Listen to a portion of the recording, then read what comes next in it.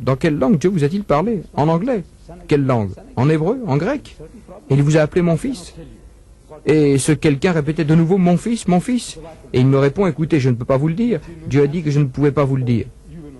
Je demande, pourquoi ne pouvait-il pas vous le dire? Il n'avait pas la réponse? Vous me posez une question, et ou bien je suis ignorant, je ne peux pas vous donner une réponse, ou bien je vous dis, non, je ne peux pas vous dire maintenant, je le ferai en sortant. Il doit y avoir une raison. Mais les liens de parenté, renaître, il y a 75 millions de chrétiens qui sont nés de nouveau en Amérique, d'après Billy Graham dans son livre « Comment renaître ». 75 millions veut dire que le tiers des Américains sont angéliques. L'Esprit de Dieu est venu sur eux, sans parler des prédicateurs. Et Jésus dit, un peu de levain fait fermenter la masse. Vous avez besoin d'un peu de levain pour fermenter toute la masse. Si vous avez un tiers de levain dans votre pain, et si ce tiers ne fermente pas la masse, alors je dis qu'il y a quelque chose qui ne va pas dans votre levain. C'est de levain que vous parlez.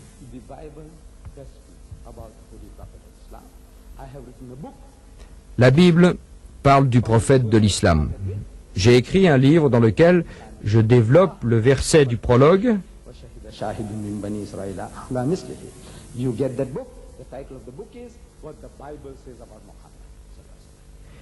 Lisez ce livre, son titre est « Ce que la Bible dit de Mohammed ». Que la bénédiction et le salut de Dieu soient sur lui. Plein de détails. Je donne 15 preuves pour démontrer que cette prophétie, je cite la Bible, des citations de la Bible, ne se rapporte pas à Jésus, mais à Mohammed. Je vous demande de lire ce livre. Achetez-le, lisez-le, apprenez le verset. Vous ne le faites pas? Vous êtes ici pour vous amuser? Je sais que vous aimez le divertissement.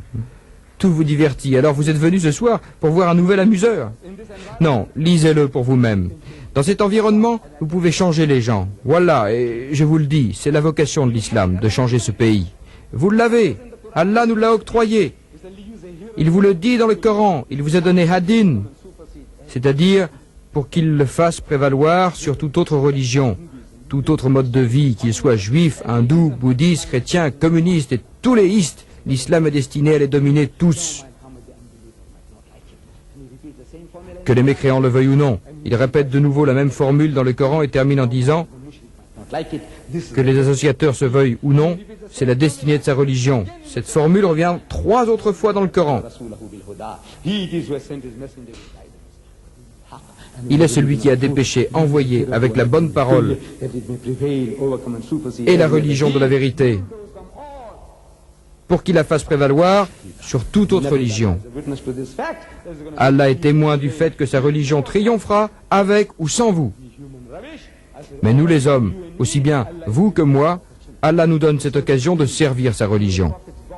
Faites ce que Dieu vous ordonne et vous serez récompensés comme le prophète. Allah vous a donné des réponses, les solutions aux problèmes. Aidez-les et en les aidant, vous vous aidez vous-même. Changez-les et vous changerez le monde. Nous avons une tradition, jusqu'à la fin des temps, le soleil se lèvera à l'ouest. Le soleil se lèvera à l'ouest. Mais comment comprenez-vous cela, le soleil? Nous le savons, ne se lève pas à l'est et ne se couche à l'ouest. C'est une simple illusion.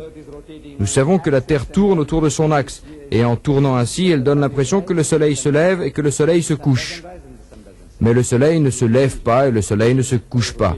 C'est une illusion créée par la rotation de la Terre autour de son axe. Pour que le soleil puisse se lever à l'ouest, comme nous le voyons, la Terre doit s'immobiliser puis tourner dans le sens inverse. C'est le seul moyen pour que le soleil puisse se lever à l'ouest. S'immobiliser. Elle tourne à 1000 miles par heure en ce moment, même comme vous le savez. Et alors, elle va s'immobiliser, actionner les freins, puis tourner dans l'autre sens. Vous ne serez pas là pour jouir du spectacle, vous ne le verrez pas. Voilà, tout disparaîtra dans les océans. Lorsqu'Allah actionnera les freins, les océans emporteront tout, il ne restera plus rien. Le sommet le plus haut sera englouti par les flots. Alors, je ne trouve pas drôle que le soleil se lève à l'ouest. Non, c'est le soleil de l'islam, la vérité de l'islam, la vérité de Dieu qui se lèveront à l'ouest. Cette nation a faim, elle se nourrit de n'importe quoi. Tout réussit ici. On adore Sun Myung Moon, on adore Guru Mahan, Swami Prabhupada, on adore Maharishi, on adore le Père divin. On l'adorait, il est mort. Le Père divin. Vous avez aussi les adorateurs de Satan. tout et n'importe quoi. La nation a faim. Elle est frustrée, elle est désemparée. Ils voient cette abondance de nourriture, ils ne savent pas quoi faire. Je dis que vous avez quelque chose qui cloche. Tout ce qui leur tombe sous la main, ils s'en emparent. Qu'est-ce qui ne va pas avec vous? Je dis que vous avez quelque chose qui cloche, vous les musulmans. Vous êtes 2 millions ici.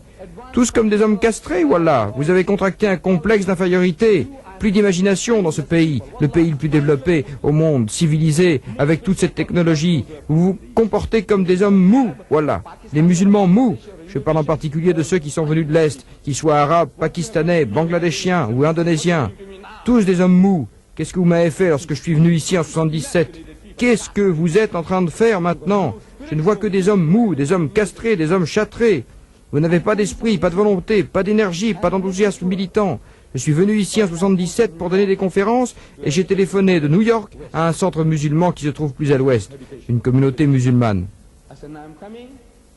Je dis j'arrive. Il me demande quel sera le sujet de votre conférence. Le sujet? Je dis que la Bible dit de Mohammed, il dit c'est un très bon sujet pour commencer. Très facile de commencer par la théologie comparative. Ce livre, ce sujet, je dis d'accord. J'arrive à l'heure et à la date prévue. Avez-vous fait de la publicité? Ils m'ont donné une brochure, pas comme celle-là, mais un petit tract. Comment l'appelez-vous? Flyer. Il y est écrit « Un prophète dans la Bible ». Ahmed Didat parlera d'un prophète dans la Bible. Je dis « Ne comprenez-vous pas l'anglais, vous, les étudiants d'université, vous, idiots? Un prophète ?» Je dis « C'est quoi un prophète ?» Savez-vous ce que signifie « un » ? Vous ne savez pas ? Cela signifie n'importe quel prophète. Un signifie n'importe lequel. C'est un article indéfini. Cela signifie n'importe quel prophète dans la Bible. Il y en a là 75. Et c'est n'importe lequel parmi eux. Êtes-vous intéressé par un quelconque prophète de la Bible? Les chrétiens sont-ils intéressés par un quelconque prophète de la Bible? Les juifs sont-ils intéressés par un quelconque prophète de la Bible? Non. Votre complexe d'infériorité, je dis, quoi, la Bible? Vous êtes même trop terrifiés pour écrire ces mots. Un autre groupe, je leur dis Mohammed, le plus grand. Quand je suis allé là-bas, ils avaient mis Mohammed le grand. Ils ont placé mon prophète au même rang qu'Alfred le grand. Celui qui a été brûlé vif, ou Alexandre le grand le païen. Qu'est-ce qui ne va pas avec vous? Vous êtes malade? Castrés, vous tous? Je ne sais pas, mais Allah, dans sa miséricorde, dit, il dit, ne désespérez pas. Ne désespérez pas de la miséricorde de Dieu. Je ne serais pas musulman si je désespérais. Vous avez quelque chose qui cloche. Vous feriez mieux de vous réveiller, voilà. C'est une occasion que Dieu vous donne en ce temps. Dans cette époque dominée par la technologie, Allah vous a envoyé ici pour des raisons mieux connues que vous. Pourquoi êtes-vous ici? Mais quelle occasion? Les chrétiens se délectent quand ils vous voient arriver. Regardez, vous, expatriés, vous venez ici.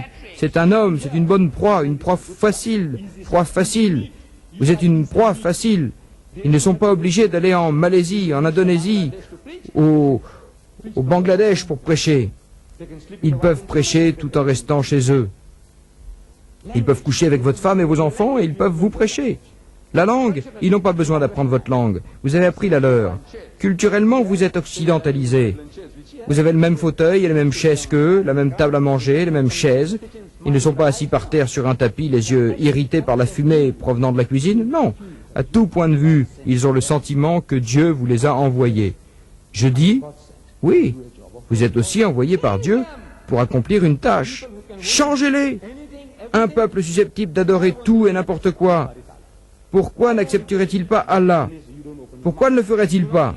La raison est que vous n'osez pas ouvrir la bouche. Vous êtes trop terrifiés. Vous souffrez littéralement d'un complexe d'infériorité. Arrachez-vous à leur influence. Ouvrez le Coran, lisez le Coran et laissez Allah vous parler.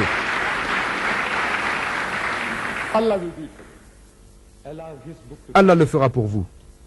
Laissez son livre vous toucher, touchez votre cœur.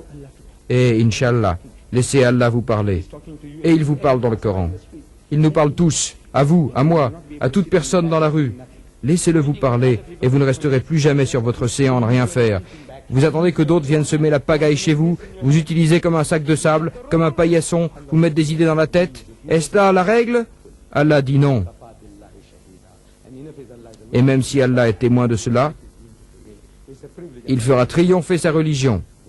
C'est un privilège qu'Allah vous accorde, saisissez-le.